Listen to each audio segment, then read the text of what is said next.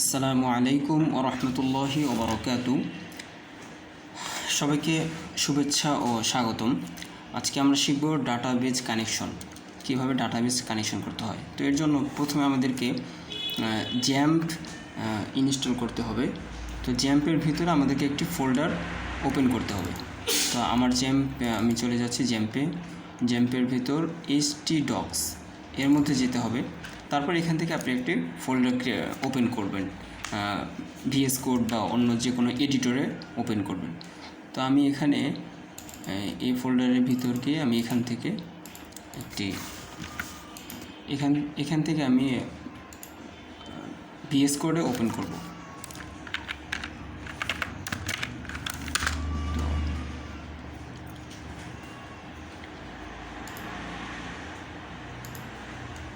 তো এখান থেকে আমার VS কোড ওপেন হয়েছে। তো আমি এখান থেকে একটি ফাইল নিব। ফাইলের নাম দিচ্ছি root.php। এই নামে একটি ওপেন করলাম। এখানে আমি PHP কোড লিখব।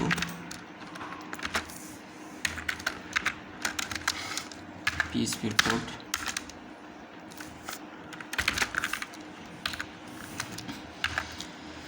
ডাটাবেজ কানেকশন করার জন্য আমাদেরকে 3টি ভেরিয়েবল নিতে হবে, সর্বমোট 4টি নিতে হবে। তো সর্বপ্রথম হচ্ছে একটা ভেরিয়েবল নেব, সেটি হলো, আমি যদি এগুলো W3 স্কুল থেকে দেখাই, ডাটাবেজ কানেকশন লিখে সার্চ দিলে এখানে PHPর মধ্যে MySQL কানেক্ট এখানে চলে আসবো আমরা। এখানে আমাদেরকে দেখানো হয়েছে সুন্দরভাবে। তো এখানে তারা 3টি ভেরিয়েবল নিয়েছে।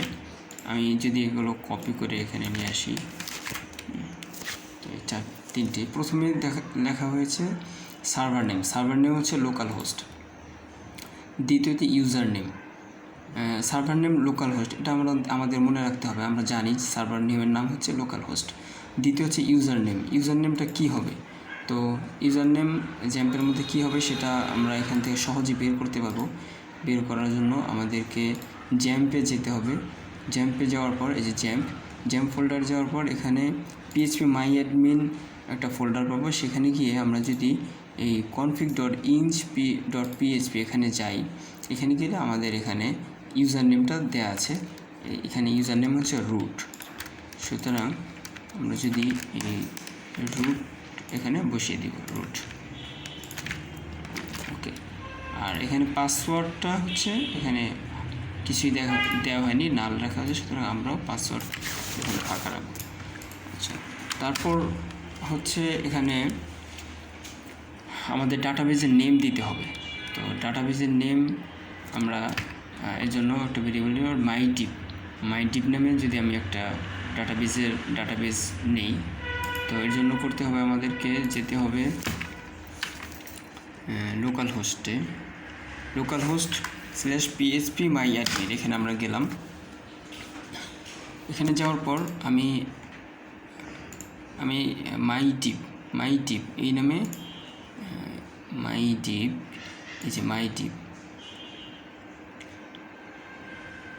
আচ্ছা, আমি এখানে কোড নামে একটি ক্রিয়েট করে রেখেছি ডাটাবেজ ক্রিয়েট করে রেখেছি। তো আপনার নিউতে গিয়ে যে কোনো ডাটাবেস ক্রিয়েট করতে পারবেন যে কোনো নেমে। তো আমি ক্রুটটা এখানে দিব। তো এখানে গেলাম CRUT, হয়ে গেল আমাদের কাজ। তারপর এখন আমরা ডাটাবেজ কানেকশন করব। ডাটাবেজ কানেকশন করার জন্য লিখতে হবে MySQLi,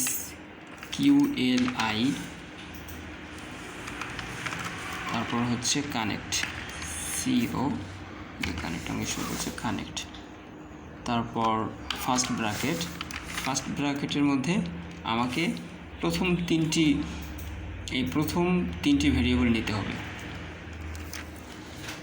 তো এই জন্য আমি নিয়ে নিলাম। এখানে স্টারের কোনো প্রয়োজন নেই, স্টার দেওয়ার দরকার নেই। আচ্ছা, হয়ে গেল। তো এখন আমাদের কানেকশন হয়েছে কি না এর জন্য চেক করব কীভাবে, ইফ দিয়ে। যদি কানেকশন হয়ে থাকে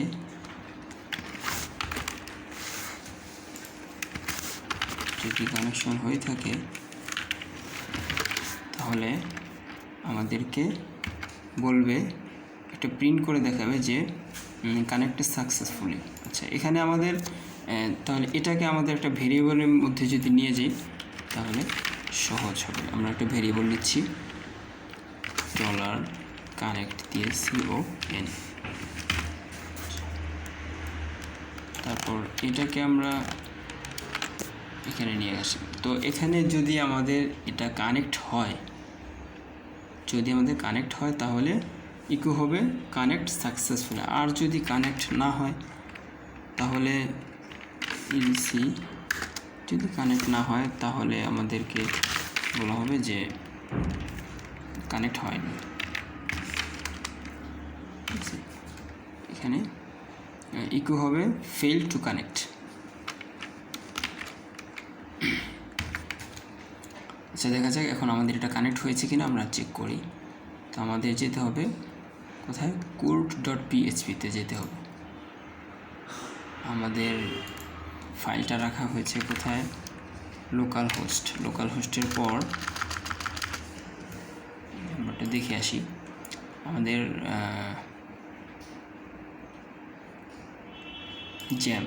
জ্যাম্পে আসার পর যেতে হবে এসটি। তো এখানে আমরা প্র্যাকটিস রেখেছিলাম, প্র্যাকটিস লিখব। তাহলে আমরা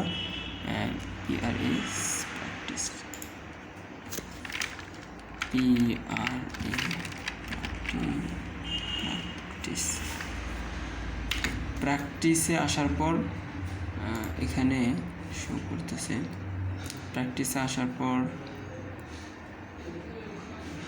প্র্যাকটিসের ভিতর পিএইচপি কোডের ভিতর আসলে code.php, practice/php code/code.php। তো আমরা এখানে গেলাম। তো কানেক্ট সাকসেসফুলি, আমাদের কানেক্টটা সাকসেসফুলভাবে আমরা করতে পেরেছি। ওকে, ফাইন। আরেকটি কাজ আমাদের বাকি আছে, সেটি হচ্ছে এখানে আমরা যে কোড নামে একটি ডাটাবেস নিলাম, তো এটাকে সিলেক্ট করতে হবে। এটা সিলেক্ট করার জন্য আমাদেরকে যেতে হবে MySQLi,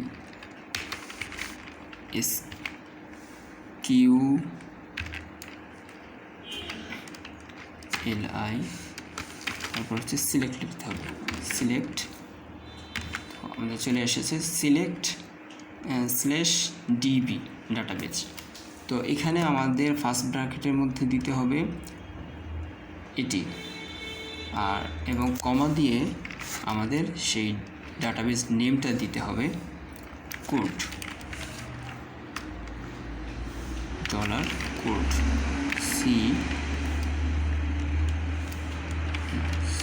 এখানে ভেরিয়েবলের নামটা দিতে হবে ডিবি নেম। তো এটার ভেরিয়েবল হচ্ছে ডিবি নেম।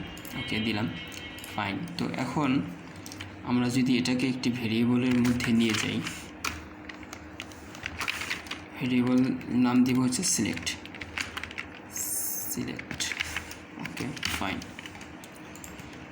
তো এখন আমাদের সিলেক্ট হলো কিনা এটা যাচাই করার জন্য আমরা যদি এখানে কন্ডিশনের ভিতরে এটা রাখি সিলেক্ট, তাহলে যদি সিলেক্ট হয়ে থাকে তাহলে আমাদের এখানে দেখাবে যে সিলেক্টেড সাকসেসফুলি। আর যদি সিলেক্ট না হয় তাহলে দেখাবে যে ফেল টু সিলেক্ট। আমরা যাই দেখি আমাদের এটা সিলেক্ট হয়েছে কিনা।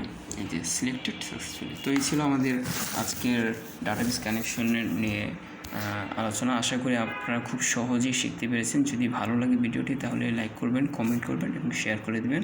সবাই ভালো থাকবেন, সুস্থ থাকবেন। আসসালামু আলাইকুম ওয়া রাহমাতুল্লাহি ওয়া বারাকাতুহু।